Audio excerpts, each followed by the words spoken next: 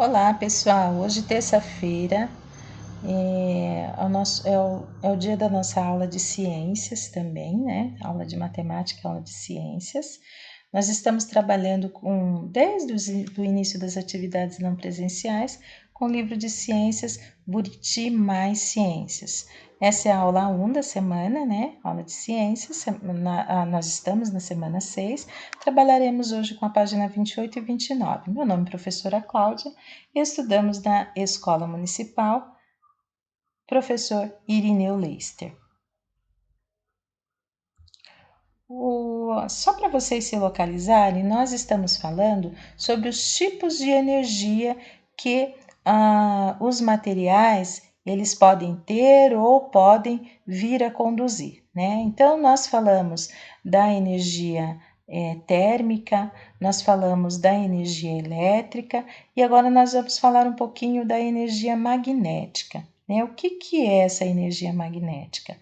Então, para a gente falar da energia magnética, nós não podemos falar dela sem antes falar sobre um objeto, né, que produz, né, a energia magnética, que tem o magnetismo, que são os ímãs, né? Então, o que são os ímãs? Os ímãs, eles existem tanto na forma natural, que é o que a gente chama de imã natural, que é quando vem da natureza. Quando ele vem da natureza, gente, ele é composto, ele é chamado de magnetita, é uma pedra chamada magnetita. E essa pedra é uma pedra composta por é composto por minério de ferro, tá? Então, e esse tipo de minério, ele tem essa propriedade, né, que é o magnetismo, que é a propriedade de puxar alguns materiais, alguns tipos de materiais, né? Trazer o campo magnético dele é tão forte que ele traz para perto de si alguns tipos de materiais que são atraídos, né, pela energia, pelo magnetismo, né, pela energia magnética, tá? Então, quando eu tenho o ímã, basta eu colocar ele perto de um material que pode ser magnetizado, né? E aí ele vai atrair esse material.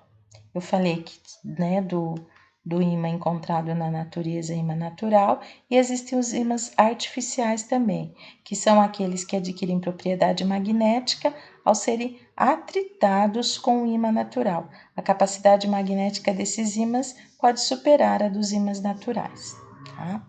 Então, os ímãs, gente, eles possuem polos, né? Polos positivos e polos negativos. É o que está mostrando aí pra gente, ó. Atração e repulsão entre os ímãs. Um ímã tem duas zonas opostas. O que é oposta? Oposta é quando um está de um lado e o outro está do outro lado. Aí a gente chama de oposto.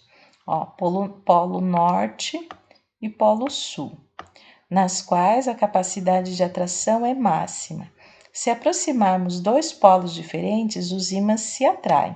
Então, olha, se eu colocar o sul junto com o norte, ele vai se atrair. Eles vão se atrair. Agora, se aproximarmos dois polos iguais, os ímãs se repelem. Então, aqui eles se atraem. Mas se a gente colocar dois polos iguais, esses ímãs, eles vão se retrair. Então, se eu tiver o sul e o sul,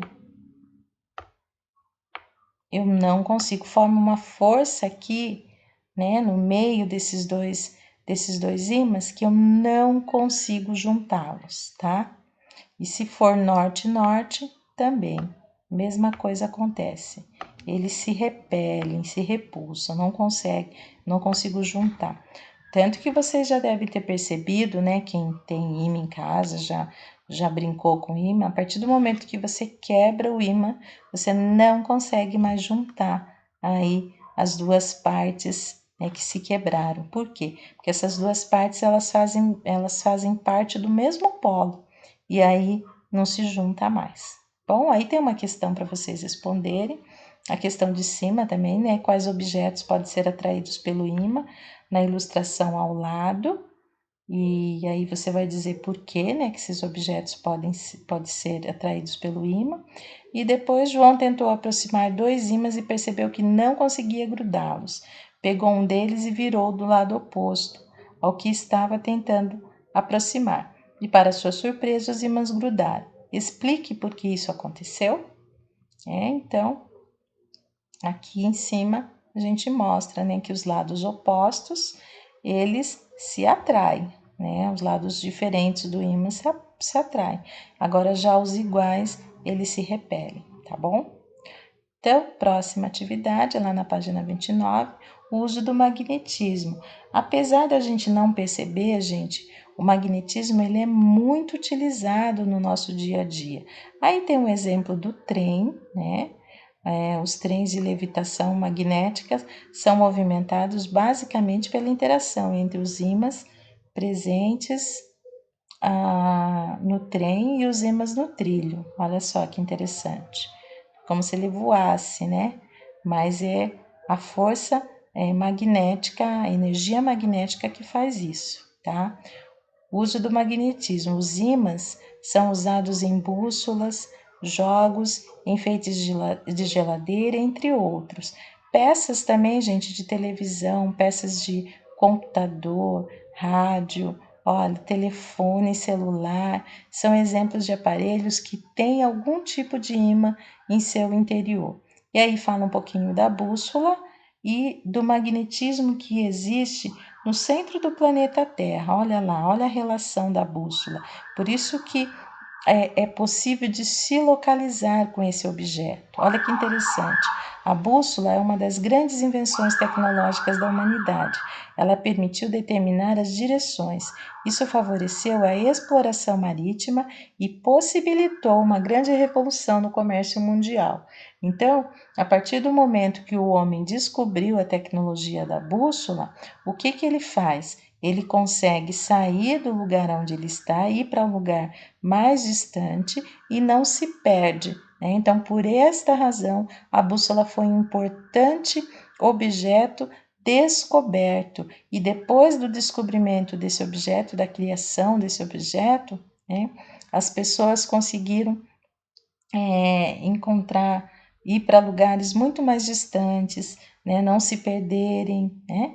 A bússola funciona porque o planeta Terra apresenta um campo magnético também, gente. A agulha da bússola fica suspensa e se orienta pelo campo magnético da Terra, indicando a direção norte e sul. Então não mexe sozinho, mexe em razão de um campo magnético que existe no nosso planeta, tá? Então, só por curiosidade, o ímã, gente, ele nasceu, quem batizou o ímã,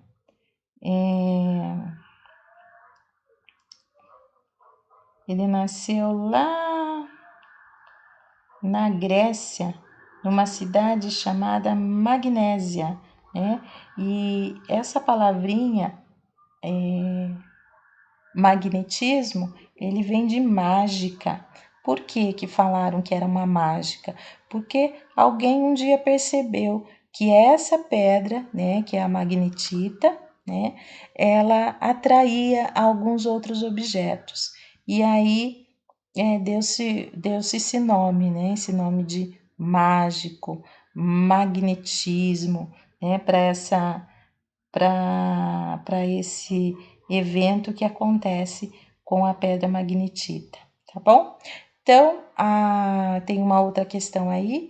Em sua opinião, uma bússola funcionaria se sua agulha fosse feita de material metálico, fosse tocada por um palito, desculpa, gente, li errado aqui. Em sua opinião, uma bússola funcionaria se sua agulha fosse feita de material metálico, que é feita de material metálico, né, fosse trocada por um palito de fósforo? Você acha que sim ou que não? E por quê? Precisa explicar, precisa dizer por que sim, por que não, tá bom?